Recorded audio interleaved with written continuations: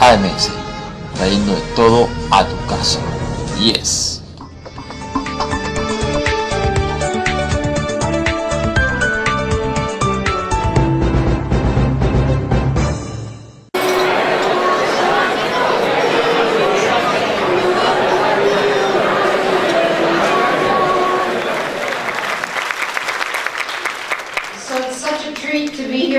With all of you, one more time, for those of you that this is your first time, welcome.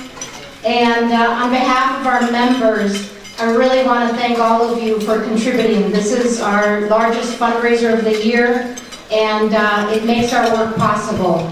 So thank you so much. And I also want to take a moment to recognize our extremely hard-working Voces de la Frontera staff and the volunteers that put together this gala, from the artwork to the silent auction to the raffle donations. Could you please stand and be recognized?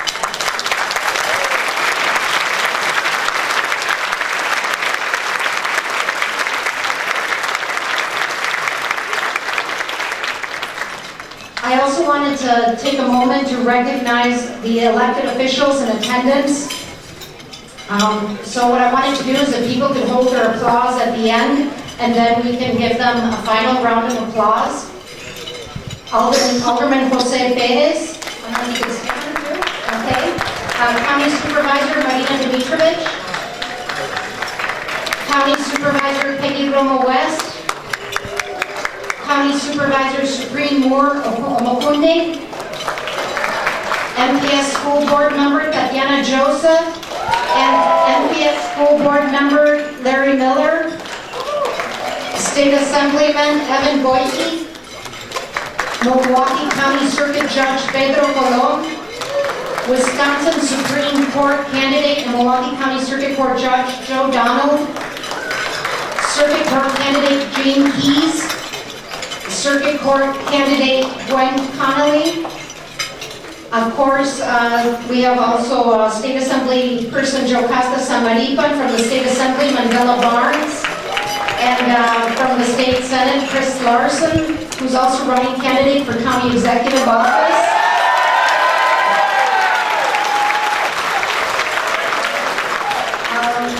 And last but not least, from the U.S. Congress, Congresswoman Gwen Moore, and of course our keynote speaker tonight. This year's gala theme is Dia de los Muertos, or Day of the Dead, and the tradition is based on a mix of Aztec and Christian traditions in which the deceased come home to visit their relatives. So tonight we honor and receive the spirits of the deceased social justice leaders from our state and around the world. At each of your tables is a brief bio and a photo of one of those leaders. We take this evening to remember their legacy and others, as a reminder that it remains our duty to continue the struggle for justice. We also have an altar over on that side that is dedicated to them and to the undocumented immigrants, working people who did not make it to the United States or around the world. And it's also a place at the end where you can add the names of someone who has inspired your commitment to justice. And you can read about the history and the tradition in the program booklet. Now, we want to give a warm welcome to Escamilla Entertainment that connects us with the indigenous roots of this tradition, the Aztec dancers.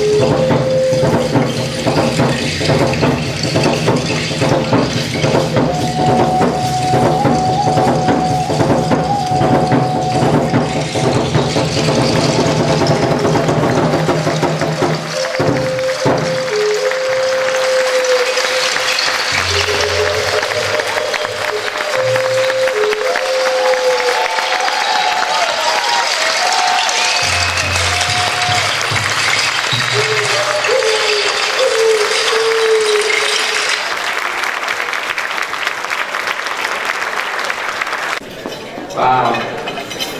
Thank you for that beautiful performance that honors this tradition and its indigenous roots. So ladies and gentlemen, please help me welcome to the stage one of the fiercest champions for working people here in Wisconsin, the Honorable Congresswoman Gwen Moore.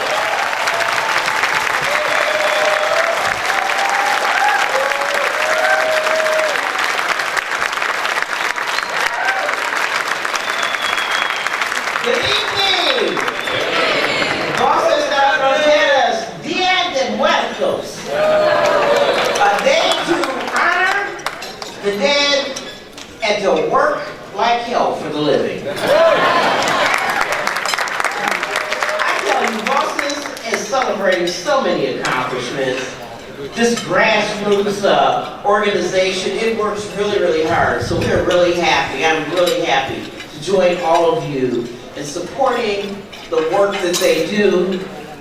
There are so many people who are living in the shadows that they support on a daily basis, and it is only right for us to come out here tonight to make sure that we shine a light on the wonderful work that they do. Let's give a hand to Christine Newman-Ortiz.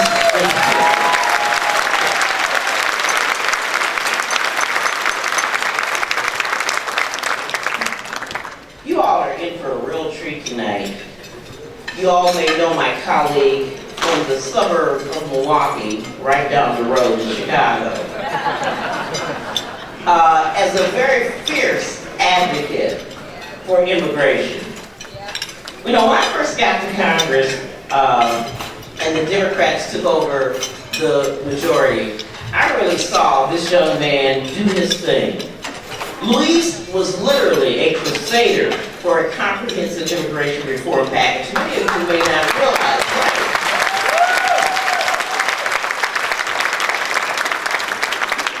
that he has been instrumental in supporting and organizing and writing one of the key features of a comprehensive immigration reform bill, and that would be the DREAM Act.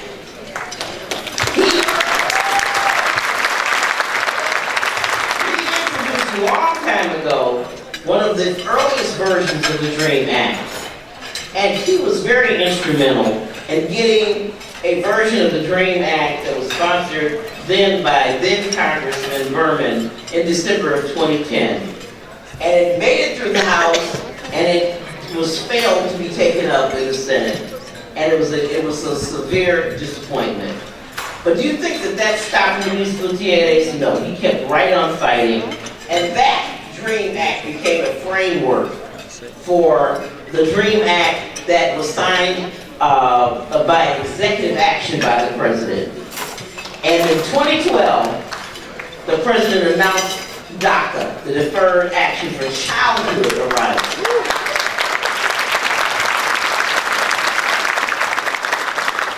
You've seen Luis on TV sweating the president because he didn't stop there.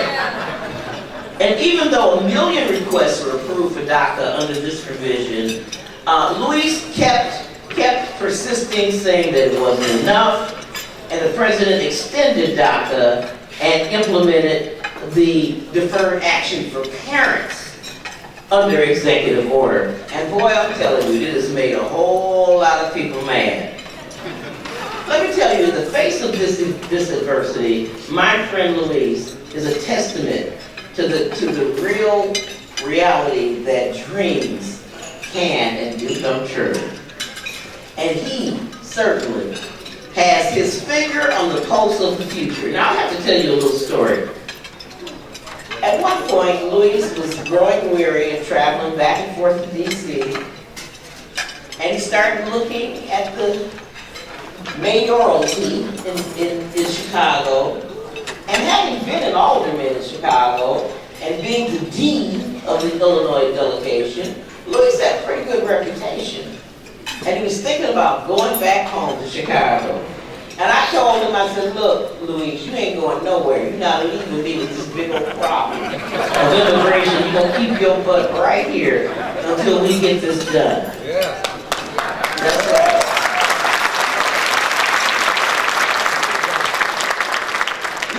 Luis has supported me in every single one of my campaigns for Congress, so in case y'all don't like it, Luis is responsible for helping me bring me to the party.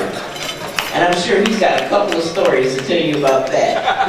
He is not straight shut up, Luis, you better not. He's no stranger to Milwaukee. As a matter of fact, in the 1990s, he came and met a young man, a young intern, and encouraged him to run and told him, I expect to see your success in elective office. That young intern is now an old man, Alderman Jose Perez, who's here this evening.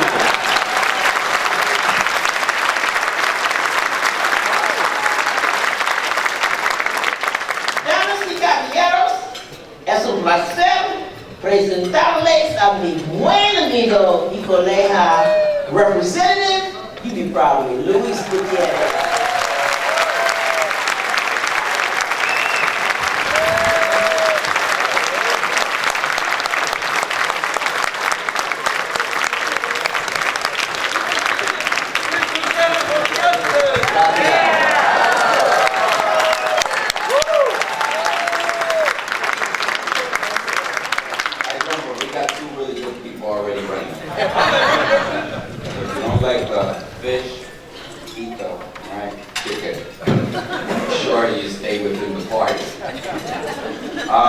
It's a pleasure to be here tonight. Where's Christine?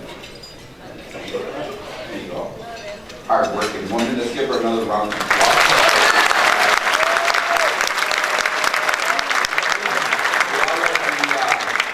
Elected officials, I want to give you my warmest greeting. And obviously, Wentmore is very special. Not only to you, but I think to the country. She brings such an energy and such a focus. And there's a lot said this week about representatives to the House of Representatives from Wisconsin. Both of them are friends of mine. But one of them, Wentmore, is persistent and consistent in her demand for justice.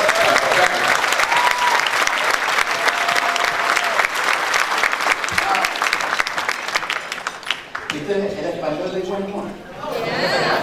¿Ha mejorado? And don't worry, when I'm not going to tell them about the Archbishop, the Catholic Archbishop. He's already complaining. Pero me gustas, le dijo al artista. Me gustas mucho, le dijo. But you know what? We worked it all out. It's really good to be in your town, going with you. Thank you for all your commitment and your dedication to justice and to fairness and to everybody in this country. It's a pleasure to be here in your hometown of Milwaukee, Wisconsin with you once again. And I have to say to Voces, wow, I think the first time we were in a basement of a church, maybe 10 years ago. It's been a while. It's like I make regular trips up to Milwaukee, Wisconsin at the invitation of Voces. And I'm always excited to come here because I get to hear the stories of how it is you challenge day in and day out this society to do better for the people of Milwaukee. So when you invited me up here, I said yes.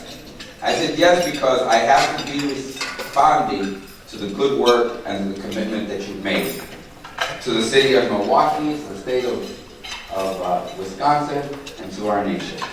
Now look, some people are a bit disillusioned. Some people say they're tired. Some people say they're tired, they're disillusioned, and they no longer want to stay in the fight that we're not going to win. Well, that's exactly what our enemies and our foes want us to do.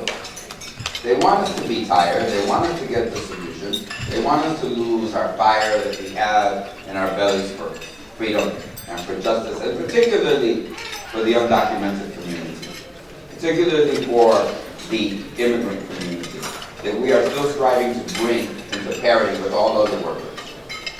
And so I would simply say to all of you, thank you for maintaining your commitment here at Voces. It is very important because the undocumented, they don't have any other choice.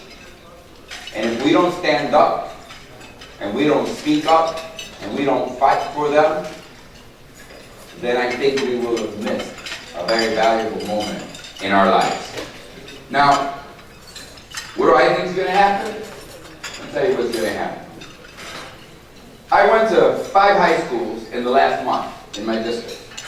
So you have about 2,000 students. First question asked at each and every one. We do the Q&A, kind of tell them a little bit about the Constitution, a little bit what you do, a little biography, 5-6 minutes. And then I go to the Q&A and I let the students begin and we take the hour from there. What are you going to do about Donald Trump? They ask. Is it true that he's going to come through our neighborhood and round up our moms and our dads? Is it true that my American citizenship is at risk because the 14th Amendment to the Constitution is no longer going to be standing in my defense of my American citizenship? They ask these questions of a lot of others, and they say, what are you going to do? You know, I tell them what I'm going to do, but more importantly, I ask them, what are you going to do? Are you going to register to vote, and are you going to fight? And every hand goes up. I have to tell you something. Here's what I've learned. Donald Trump is a Latino youth voter registration machine.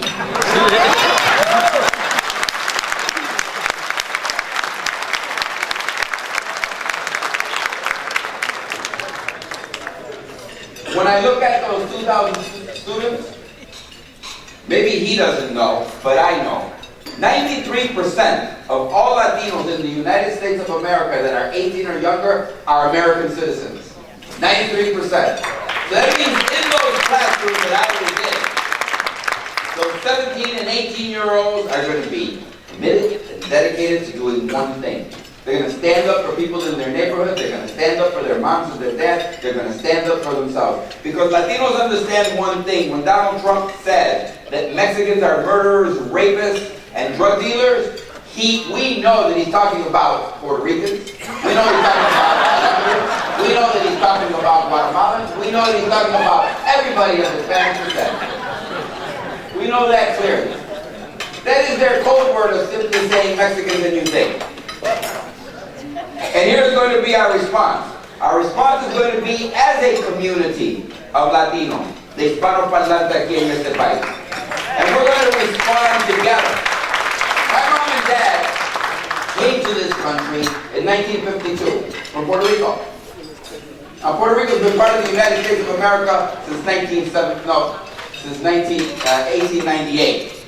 But more importantly, Puerto Ricans have been citizens of the United States since 1917. So when my mom and dad came here in 1952, they came as citizens of the United States. Now, they didn't speak a lick of English. They didn't have a coat. They didn't understand what they were going to confront, but they knew that on the island of Puerto Rico, there was nothing for them. And here's what they said about Puerto Ricans in 1952 when my mom and dad came.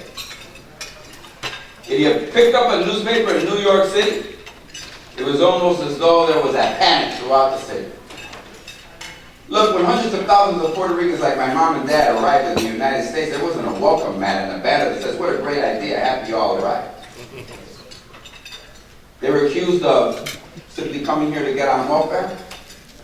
They were accused of coming here as a criminal element, endangering the rest of American society. They were said to be bringing tropical diseases from the island of Puerto Rico and infecting the population of New York and other metropolitan areas. That's what they said about my mom and my dad. And so what I want to say to all of you tonight, maybe there wasn't anybody in the Congress of the United States to stand up for my mom and my dad, but they raised me to stand up for people who are subjected to the same kind of bigotry, hatred that they were subjected to. I'm going to do that in the Congress of the United States. And so, apparently the folks in Saturday Night Live don't know any better. Now I got to tell you something. I'm for freedom of speech, but I'm not for tolerating bigotry and hatred and prejudice and allowing it. And so, one Lauren Michael, a Canadian immigrant to the United States of America, and I simply say to him, you're the executive producer, we all know why they're inviting him. They got about 5 million viewers, so they're trying to see if they can get more viewers on Saturday Night Live. But to bring somebody as detestable as him, and it's not like they're doing a cameo, right? No, he's going to be what? He's going to be the host. You know, when somebody's a host, you're basically saying that you're branding your program with them. Now, what's astonishing about all of this is that NBC, Universal, Comcast, back in July, severed all ties with Donald Trump. They said that he did not represent the values that they want to oppose in America. And yet they invite him today. And so, we know that there are hundreds of thousands of people across America demanding that NBC, Universal, and Comcast do the right thing and rescind that invitation. You know, a lot of people should understand something. There should be a call to the message. When I say to Lauren Michaels, if he had said it about gay people, would you invite him on Saturday Night Live? Now, if he had said it about black people, would you invite him on Saturday Night Live? If he were Canadian like you, would you invite him on Saturday Night Live? Well, in America, we're going to make sure that we're all in it together. And you can't say about Mexicans what he said and be on Saturday Night Live without us raising our voice.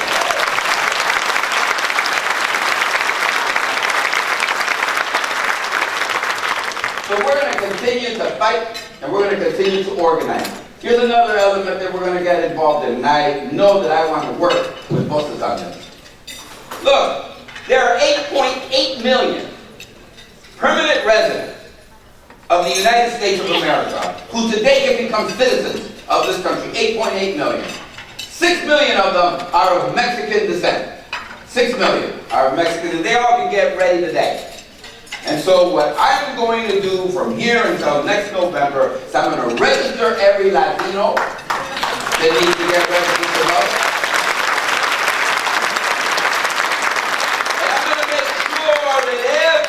Whether you're from Poland or Ireland, whether you're from India or Mexico, that you too take that step to American citizenship. The best way to counteract bigotry is to register to vote and make sure that that vote is counted on election day.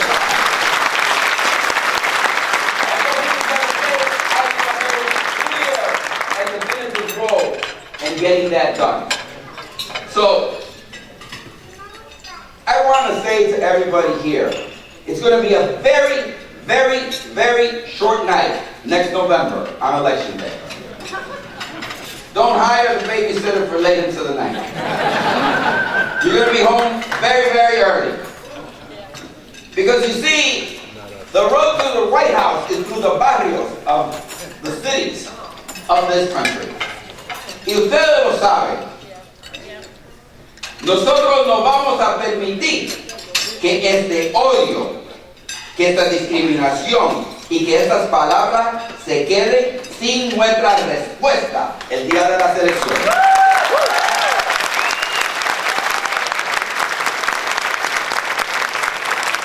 Seamos claros, cuando él acusa a mexicanos de ser narcotraficantes, de gente que mata, gente que vienen aquí a hacer daño, él está hablando de mí como puertorriqueño, del colombiano, del nicaragüense, de todos los que hablamos español y venimos de Latinoamérica. Y como una sola comunidad nosotros vamos a responder.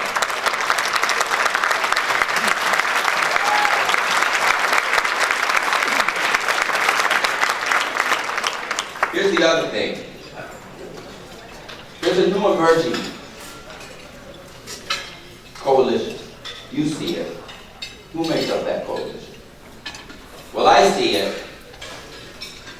When you got a clerk in a state that refuses to give two men their certificate so that they can get married, and you stand up, here's what happens. You have members of the gay and lesbian community organizing and registering to vote. When you say that you are going to defund Planned Parenthood, everybody knows it's really not about abortion. It's really about a woman's right to determine her future. It's really about a woman's right to define her reproductive system. And I have to share with everybody here tonight, we have a lot of fighting to do, because we've opened up the door, right? So that our friends and our neighbors of the gay and lesbian community can participate fully in the society. There are those who want to say that. And we guarantee advances for women in this country. And there are those who want to shut those doors down. And we know that there are people who believe que esta madre tierra nuestra hay que salvaguardarla en contra de los daños, porque es patrimonio de todos los seres humanos. And we know that there are people who want to turn the clock back. We're not going to allow them to turn the clock back on our environment, on the rights of workers to work and to organize collectively for their rights in the country.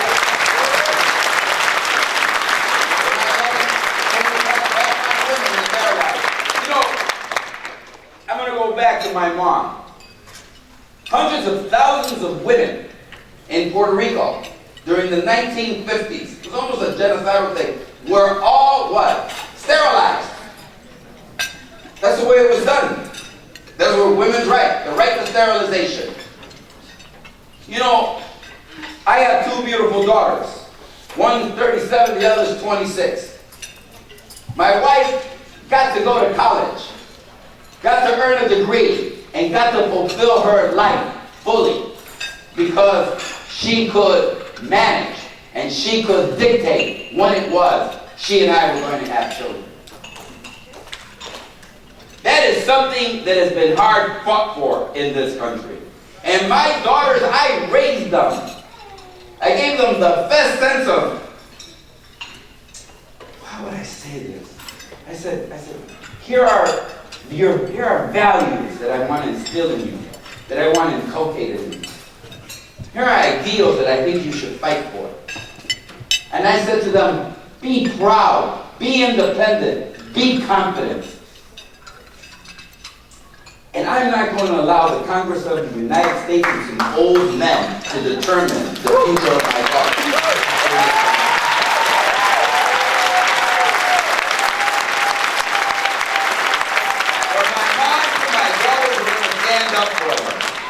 And so, when you look at that coalition of African Americans, of immigrants from all over the world, of our gay and lesbian brothers, of those who believe in the environment and want to take care of our Mother Earth, Think about that. I'm going to tell you.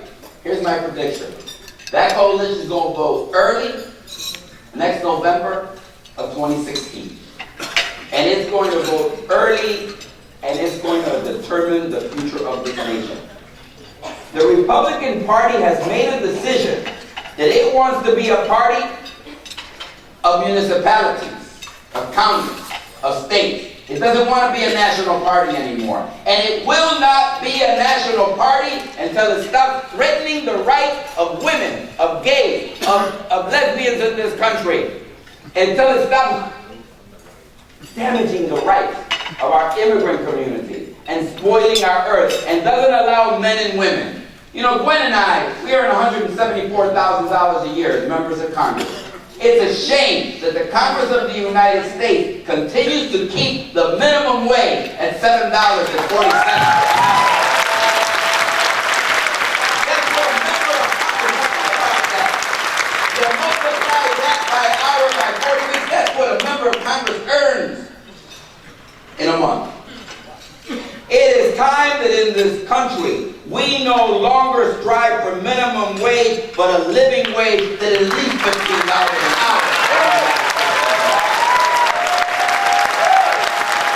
And I know you are here focused, lifting up your voices and organizing for men and women in the labor movement. I'm going to end with just a little comment about kind of why it is I focus so much on the newcomer. I was born in Chicago in 1953 when things were still separate, but according to the rules equal. We hadn't passed a Voting Rights Act or a Civil Rights Act. It would be 10 years later before we attempted to do one of them. And that's the city that I grew up in. And I have to tell you, my mom and dad, all they did was talk about going back to Puerto Rico. That's all they talked about every day. Like, you know, I want to go snow a lot, my mom won't go. Somebody break into our apartment, and the rice and the sugar bowls all over the place. I want to go back to Puerto Rico. Yeah, that's my mom. It was like everything, you know, be gangbangers on the corner. I want to go back to Puerto Rico. She want to go back to her country. Or fatherland, right? That's what I heard. Well, in 1969, my parents finally realized their dream. And they hauled me back with them. Now, I lived in a bilingual household. You know what that means, right? They spoke only Spanish, and I spoke only English. They understood my English, I understood their Spanish, and we got along famously. And I still remember the airplane. On Pan Am. Remember that was a airline? Oh, if you know Pan Am, you're old. Like me. Pan Am. And they had Pan Am Airlines. So we got on Pan Am. I loved it. The first time I was ever on an airplane. And you know what? They give you all the soda you wanted to drink. Right? And as a 15-year-old, that was a pretty good deal. Of course, they were spreading around cancer because they give you these little packets with about 3 cigarettes in it. And they gave you as many of them as you wanted to smoke. So my dad smoked all the free cigarettes, and I drank all the free Coca-Cola all the way up. So we were pretty happy when we got there. I got out the airplane, and it was a new heat. You know, a tropical heat that I'd never felt before because I'd never been out the city of Chicago. So I turned around to my dad in English, and I said, "Mira, papi, can you buy me a Coca-Cola? I'm kind of thirsty." And he looked at me and he said, "Hijo, estamos en Puerto Rico, aquí se habla español."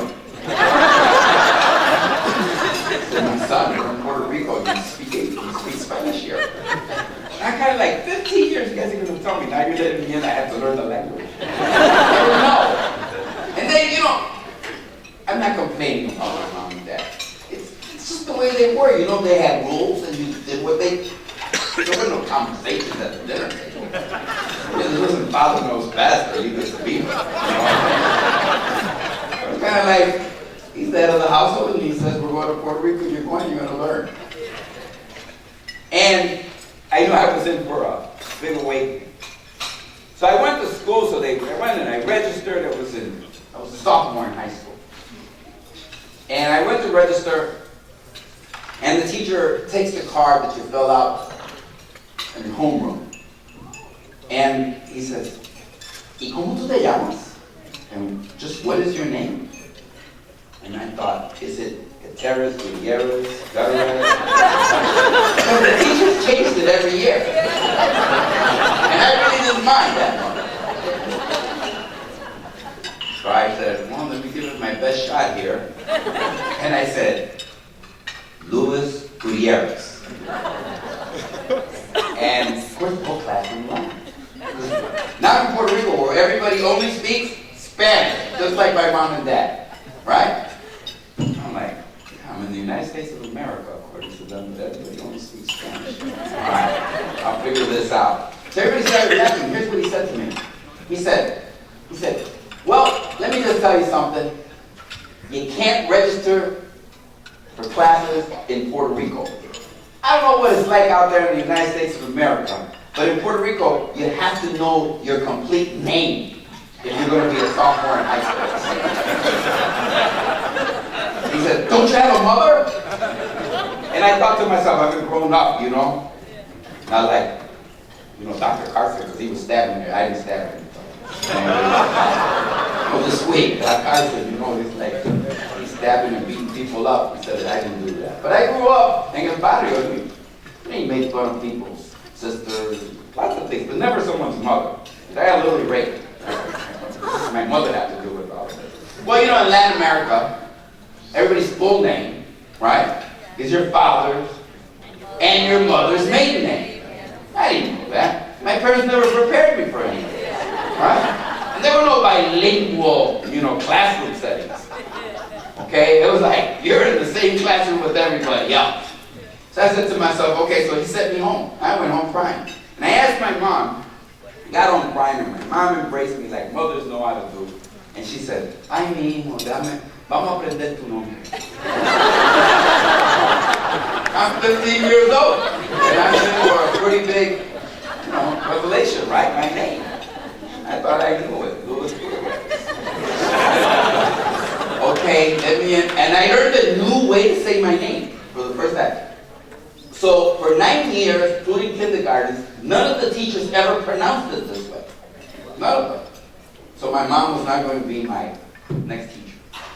And she said, tu nombre es Luis Vicente. Oh my God. Yo dije, God, I Luis Vicente. I thought that was a pretty good start, right, to my new name. Entonces me dice, Luis Vicente Gutiérrez Olmedo. Olmedo, that's new. That's my mother's maiden name. And so I said it. And for the Latinos in the room, and maybe los gringos también, I kept repeating it. Because what do adolescents do when they're 15? They're always looking in the mirror, right? One of the most important things in the whole house, the mirror. So I went to the mirror and I repeated it. Luis Vicente Gutiérrez Olmedo. And I thought to myself, that's a great name. Luis Vicente Gutiérrez Olmedo, abogado y licenciado. Luis Vicente Gutiérrez Olmedo presenta su gala. I just kept going, right? Médico cirujano Luis Vicente Gutiérrez. So I went all night thinking, it's a good name. This might lead to better things in my life. And the next day I go back to the classroom. I couldn't wait because I had learned something so really fundamental in my life, my name. And I went and there was this really pretty girl in the corner. And I kind of walked up to her and I said, hola. Because now I'm feeling really, really good, right? Hola, mi nombre es Luis Vicente Gutiérrez Olmedo. ¿Y cómo tú te llamas? Right? That's pretty, right? Harmless. And what's your name? Frantically hurt like this. Mister. That's what they call the teachers in Puerto Rico, Mister. It's part of some legacy that was left in Puerto Rico when the American government wanted everybody to forget Spanish and learn English. Failed miserably. And mister, sí señorita, ¿qué quieres? Yes, young lady, what would you like? El gringo me está molestando.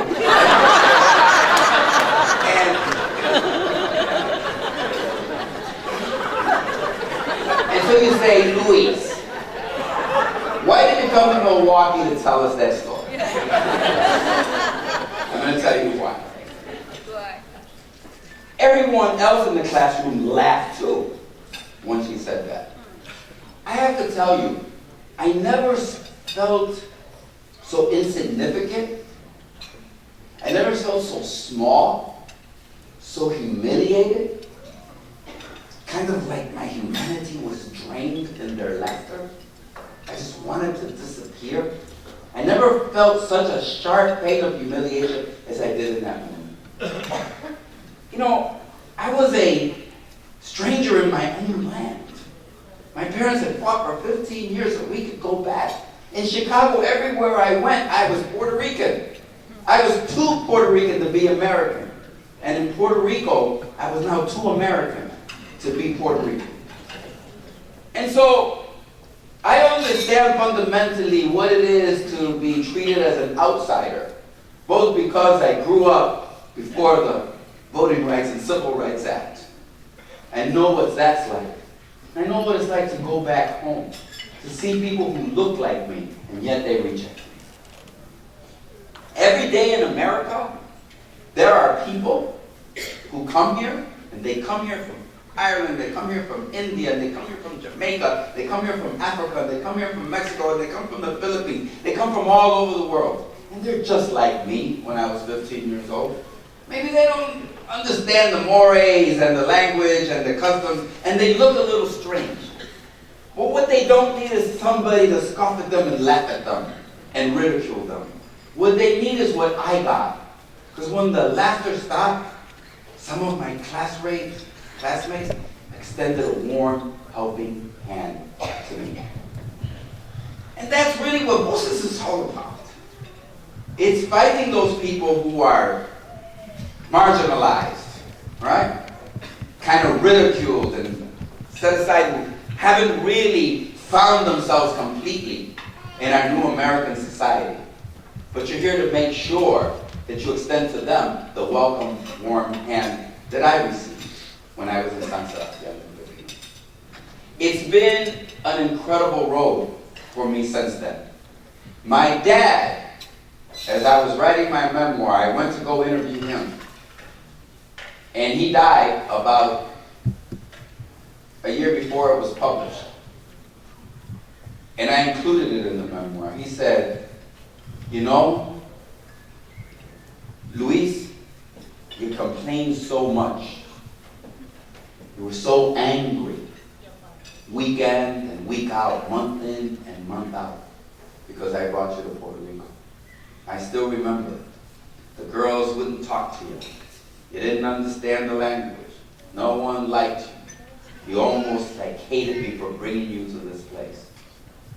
And then he said to me, you wouldn't be the man that you are, and you wouldn't have the commitment that you do to social justice today and been successful as you've been in public service had I not brought you here. My dad was absolutely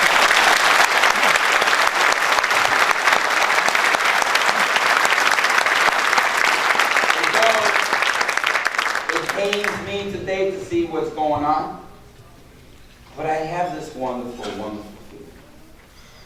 My mom and dad, I went to high school the other day, Representante High School, one of the high schools I taught in, and it was wonderful to see the students there. And I told them, look, I want to say thank you, because the students asked me, what are you thankful for? And I told them I'm thankful for. I'm thankful that I have a voice in the Congress of the United States. And I'm thankful to all the black men and women who marched and were murdered and lynched and who had their churches burned down so that we can have a voting rights and civil rights act.